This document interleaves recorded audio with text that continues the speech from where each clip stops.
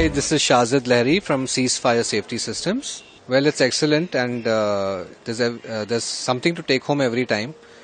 Whichever program we've attended, there's always something to take home and implement it in your own organization, and try and make it prosper, and get the correct points where on certain things which we've not adapted to, or certain points which we've not implemented on.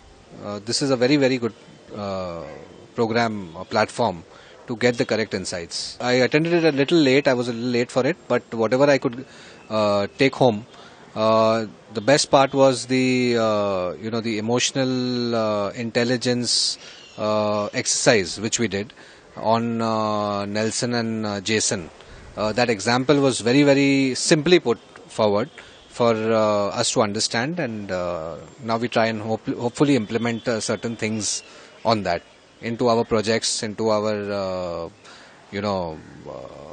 internal working of our organization. This is one of the best platforms for any HR professional to learn. The LNOD is a very selfless body, and they're only doing things to enhance knowledge, and anything to help yourself to grasp and to learn on a daily basis. So it is wonderful. It's amazing. In fact, all the publications, the books, the talk, each and every example given, each and every exercise conducted, it's fantastic. Totally good. My name is Swapna Rege. I'm heading HR of Monjini's Foods Private Limited. I'm working in this company for the past 5 years, and I've worked in various sectors like pharma, manufacturing, retail. Learning and OD is very close to my heart because I'm practicing this for the past many years in my current organization. Also, I was doing it in my earlier organizations. So learning and organization development is a very important factor where the success is defined. It's a defining moment where learning and OD things are practiced in any organization. I do attend all the master classes, though we are not registered for this LNOD, we are not registered, but I do try to attend as far as possible all the master classes because they are very informative and useful, and I carry a lot many things which I can inculcate in my daily practice. Like I attended Sunita Bhuya. So she taught us about practicing leadership with music. That excited me so much that I recommended that violinist to our chairman, but that was not possible because music is different and leadership is different. It was a perception. So I liked that a lot. Today's emotional intelligence is very close to my heart. Because from the past 2 years, in every program which happens in Monjini's, emotional quotient is always touched upon. In leadership program as well as communication skills, emotional intelligence is being spread across. It's a word spread about emotional intelligence and how a person has to be emotionally intelligent.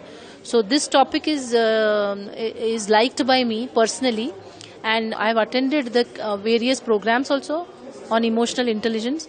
So this topic was obviously a very feel-good factor for me. This is very, very informative, and many people should participate in this LNOD because knowledge is always welcome. You have to have knowledge, and to gain more knowledge and share it, you have to attend such forums. And my kudos to this LNOD team. Cheers to them because I really appreciate the work which Dr. Sujaya has done, and every time I come here I do appreciate her work. My name is Angelica Telles, and I'm actually coming from MHS. We are based in Toronto, but our reports and the EQI is actually around the world right now. I believe the emotional intelligence is a very key piece of success in general in society. Not only for India, obviously, since we're in India and the society in India is evolving and it's actually being more familiar with the rest of the world and the growing in the industry, we believe that that's actually a part essential for the growth and development of the people. When it comes to emotional intelligence, we're all emotional intelligent. And all we need to do is actually work through that, be aware of that, and develop it as we go and learn about it. I actually enjoyed very much this session, not only because Raj was able to perpetuate very in detail what the model of the EQI is. He put it in a very practical way when he actually showed the video, and it was very easy for the rest of the people to get familiar with that, get identified with what it was happening, a non-real situation. But the reality is, what I like as well about it, it was that when Shushaya, what I like is when Shushaya give us the example of what is happening in a real corporation, that just complemented very nicely how can EQI and how emotional intelligence can be developed, can be worked, and can project the success of an already probably successful organization. All you need to do is really develop the teams, create real leaders, not only bosses, not only people with titles, but real leaders that people want to follow through emotions, through emotional intelligence. Well, all we like to see is just be aware. EQI and emotional intelligence is a piece of awareness. So start from there. Start being aware from your emotions, the way that people is relating to you, the way you're relating to others, and be a pioneer. You don't need to be the leader. You don't need to be the boss. You can be the leader for emotional intelligence. You can be the leader who actually teaches others to how to move around and relate to others through your emotional intelligence. So my name is Rajeshwar Upadhyay. I am one of the directors at Par Excellence. I'm mostly into leadership development. I think it's a great organization with a very sincere focus on learning, development, and transforming the quality of professionals in corporate India. It's a very serious organization, so I like the LNOD Roundtable. I think emotional intelligence is basically a comprehensive set of core skills that are required to transform yourself and the environment you're operating in. For example, if you have to look at the context of our operations, there's change and there's complexity. And to do well in this environment, you will need emotional intelligence capabilities. And the instrument that we have is an MHS globally validated instrument. It is powerful in the detail, depth and rigor in its validity and reliability.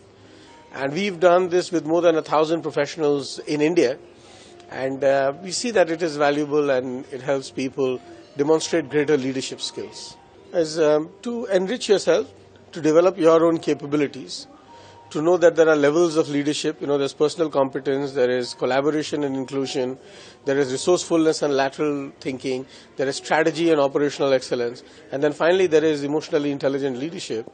And all these levels is what they must focus their eyes on and develop one by one as they rise in seniority. Lastly, to know more, to know better, to exchange knowledge and information with their peers, to learn about best practices, take it back and implement in their own organizations, or share best practices from their organizations with others. So basically play a role in helping each other become better than what they were. Well, India does not have a leadership magazine until very recently. Our magazine is The Leadership Review, because we believe that India needs to engage with the question of leadership. And the magazine's intention is to change or transform or contribute to the leadership ethos of India. Develop leaders for the future, make this a great country, make great leaders in the corporate world and outside of the corporate world. So our magazine is not a business review, leadership and business review. It is a leadership review, which means looks at leadership in the government sector, in the private sector, in the public sector, in the non-government organization sector, charity sector, bottom of the pyramid, top of the pyramid. So we are here to tell Indian stories, bring out Indian research, and create Indian models for transformation of leaders in India. That's the purpose of the leadership review. My name is Kishore Kumar, and I'm from Vyakta. We are into executive coaching, and we specialize in communication skills and interpersonal relationships and behavior. I think LNOD is doing a very good job. Not just that the speakers are awesome, no doubt, but not just the speakers. There's a lot of peer learning which is taking place, which I think is a major contribution of LND.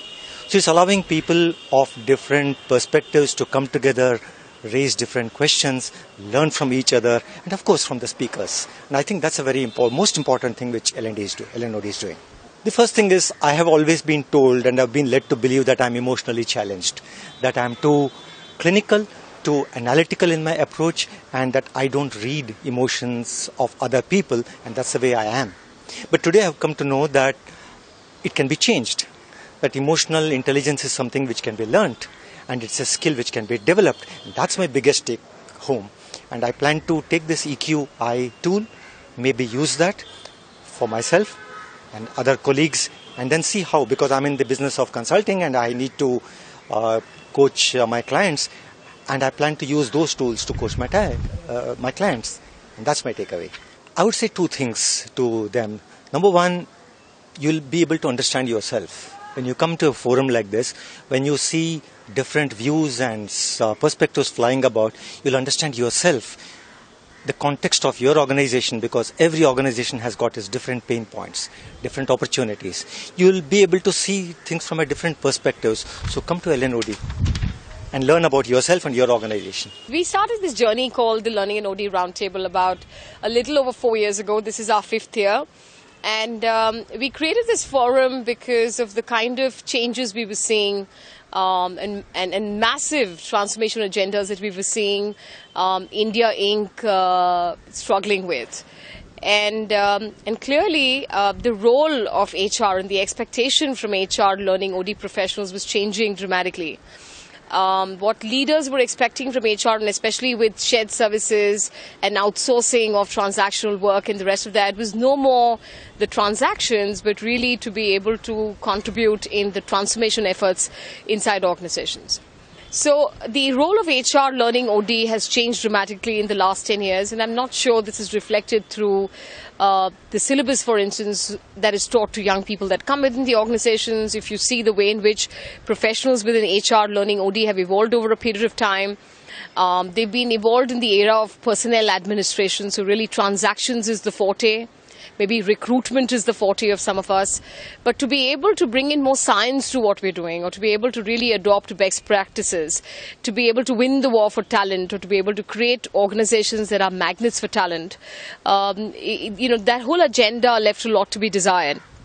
I also believe that on the leadership of HR as well, by and large, most people who evolved to take on leadership positions within the HR fraternity have actually spent their formative years in employee relations and possibly more in the personnel and administration era. So while there might be cognitive understanding of what the world-class HR practices constitute, or maybe there is an understanding in terms of the vocabulary of world-class practices. So most people know what is 360-degree feedback, for instance, or what are balanced scorecards, or what are development centers vis-a-vis what are assessment centers, and so on. The practical experience and the ability to be able to connect up the dots, to be able to contribute to the strategic agenda. A lot of us who were senior HR professionals felt that there was clearly a capability gap there. For HR to truly become the experts in not just behavioral sciences, but a whole lot of other sciences that were evolving within organizations, including, for instance, the neurosciences, which are so important in terms of being able to leverage performance improvement inside organizations. A lot of these evolving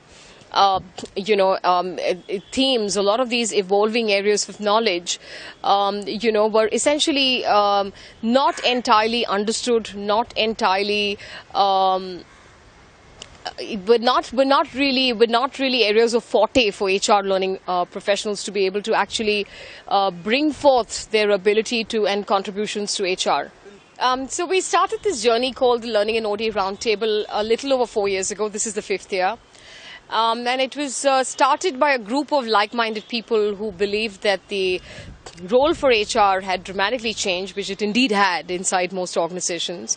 I think the last decade has seen a lot of gears shift around the expectations from HR and HR professionals, from HR leadership, which is transformational in nature, which is strategic in nature. Whereas traditionally HR's role has been transactional. With shared services and outsourcing of HR to shared services, that transactional role, or that kind of repetitive, monotonous administrative role was being passed on outside the organization, because the expectation from HR and HR professionals was to deliver to the change agenda, to help the organization manage cultural change, implement technology, prepare itself for competition, create an edge through its culture, through its talent practices, and the rest of that. And to, in short, make organizations great places to work, to make organizations magnets to be able to attract talent to the organization.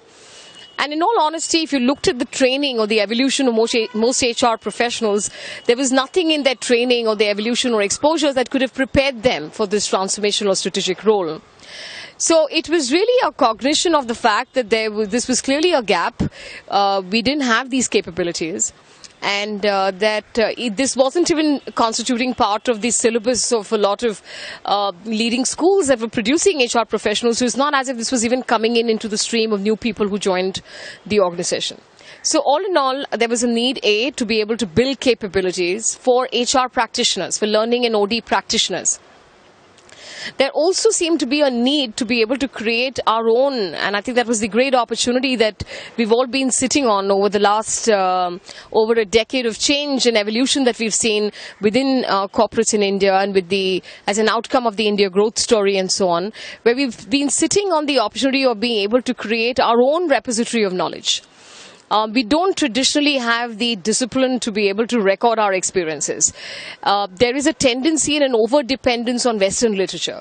So there was a need to be able to create this repository of our own experiences, our own practices that were real, that had evolved from our own ethos, that had organically evolved from our own ethos and were easily replicable across Indian organizations. We collectively, as a group of people, and we were 13 like-minded people who started this forum so many years ago, and we all believed that there was a lot of usage of Western literature without really understanding what that really meant, and really blind copying of these practices into our organization, and they really just can't get embedded. They are products of more evolved societies. They're products of the developed world. They're also products of individualistic societies, so they may or may not have direct application inside organizations here. So we were sitting on the opportunity of being able to really evolve these practices and to also embed them, and cross-pollinate these ideas, so to speak, and allow people inside India Inc. to be able to have a go-to place where you could actually get access to these ideas and these practices. So we started the Learning and OD Roundtable. We were 13 companies that came together to be able to create this. We have a very outstanding governing council constituting people like T.V. Rao and Akhil Basrai and Shirish Jamdar, Adil Malia, Rajeshwar Upadhyay and myself. So we're all of us together formed the governing council of the Learning and OD Roundtable. I'm delighted to let you know that we now have centers not just in Bombay but in Pune and in Delhi.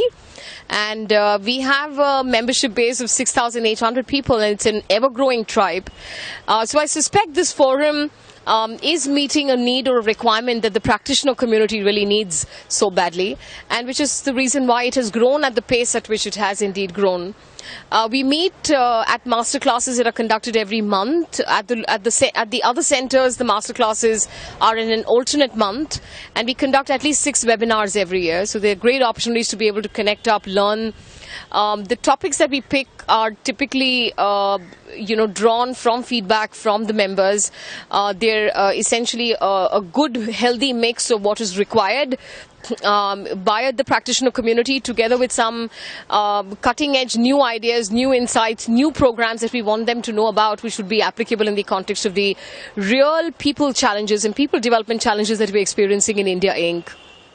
So this forum is now over 4 years old, and besides masterclasses, which have some very interesting formats like debates or the LNOD Insight, which is like TED Talks, so 7 speakers, 17 minutes each, we also have we also conduct studies, which are independent studies. In the first year, we conducted the Best Learning Organizations of Asia study. In the second year, we conducted the Best Change Interventions of Asia study that found its way into a book called Switch, How 12 Indian Companies Manage Change Successfully.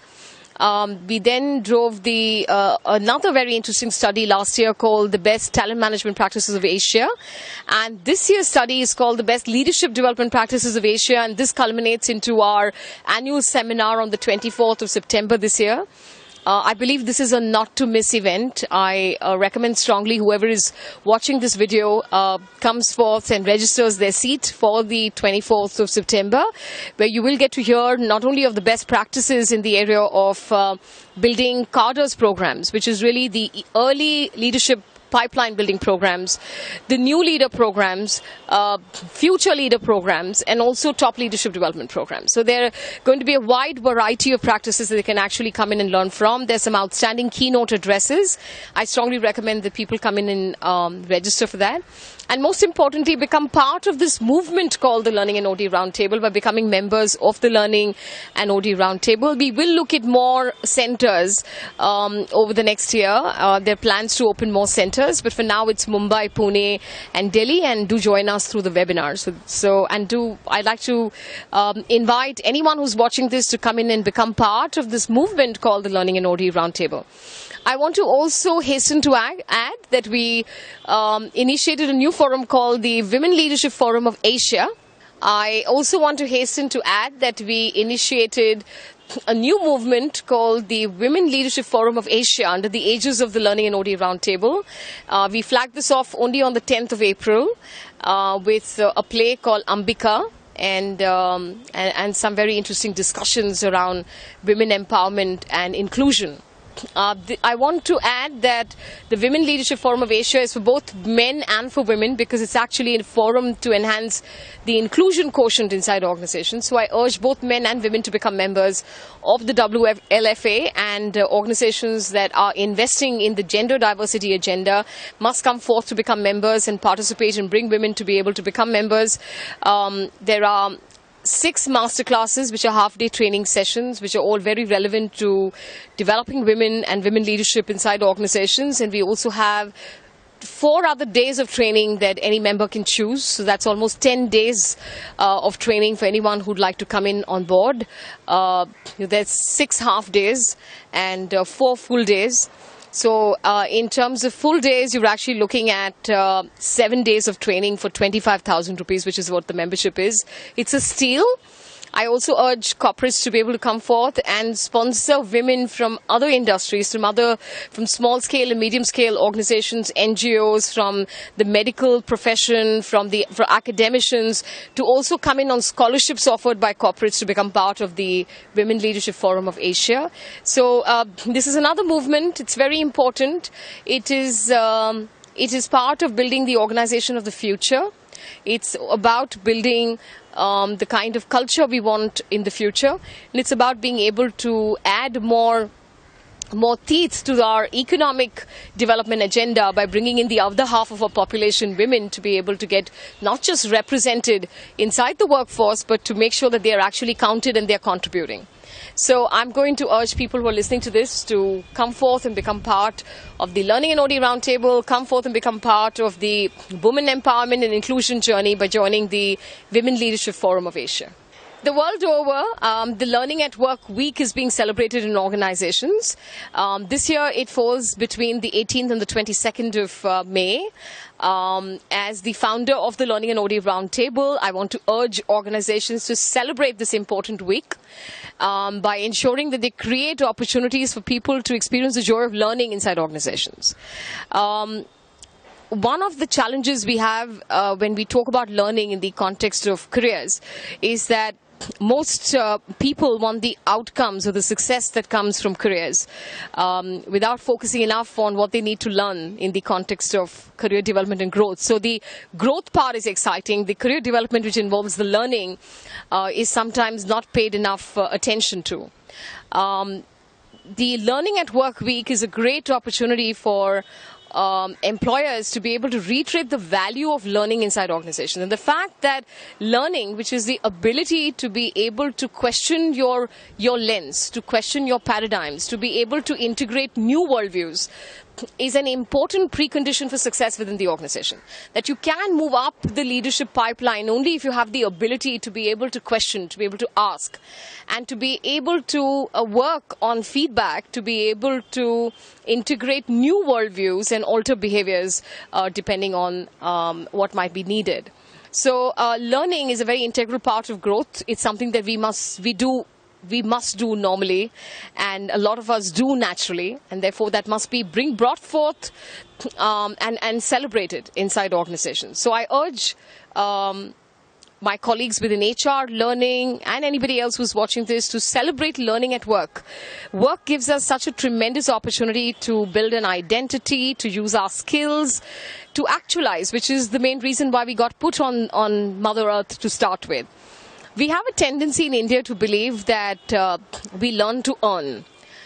We need to build in a greater fervor of learning to learn, and to really enjoy that whole process of transformation and personal transformation. It is so integral to leadership. And therefore, I urge organizations to be able to bring forth activities, create learning opportunities on the job, highlight to people and mirror to people what it is that they're getting to do and learn on the job, off the job. Continuing education opportunities can be initiated, launched, and talked about during this time. There are mass online programs that are available. If corporates don't have large budgets to be able to offer continuing education support, then they can do it by being able to encourage people by taking them to resources and letting them know what resources are available both inside and outside the organization. It's also important to be able to build and celebrate the entire practice of coaching and mentoring, because that is the strongest way of being able to really build high-quality professionals inside organizations. So celebrate the coaches, celebrate the coachees, celebrate the mentors, celebrate the mentees. Great opportunity to do all this. So please celebrate Learning at Work Week and have a fantastic learning time. So on behalf of the Learning and OD Roundtable and the Women Leadership Forum of Asia, I wish all of you a fantastic Learning at Work Week. Keep learning. So what we just did right now here today was a masterclass on EQ and how EQ is such an important aspect of leadership and leadership development. We actually introduced the EQI tool to members who attended this forum. We had over 50 people attending this masterclass, which was presented by Raj Upadhyay together with Angelica from MHS. I think it was an extremely well-received workshop. He took them through the power of EQ. There were some brilliant film clippings that were presented. I saw a very, very engaged audience. I think nobody wanted to leave to go even get a cup of coffee. So very engaged audience there. Lots of questions, lots of interest. Angelica took them through the tool, through the composite scales and the subscales on the very powerful EQI instrument. We use it here within the SR group, and it's exceedingly meaningful and insightful tool.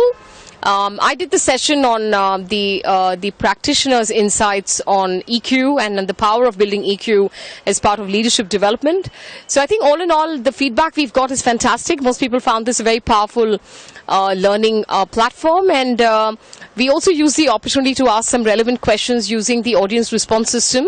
The findings of this will be up on our website shortly, and we will continue the discussion on EQ and EQ for leadership development on our discussion forums. So I invite people to come in and join us, share your views on EQ, the power of EQ, your own experience with EQ and the lack of it, and your experiences in developing EQ, particularly for leadership.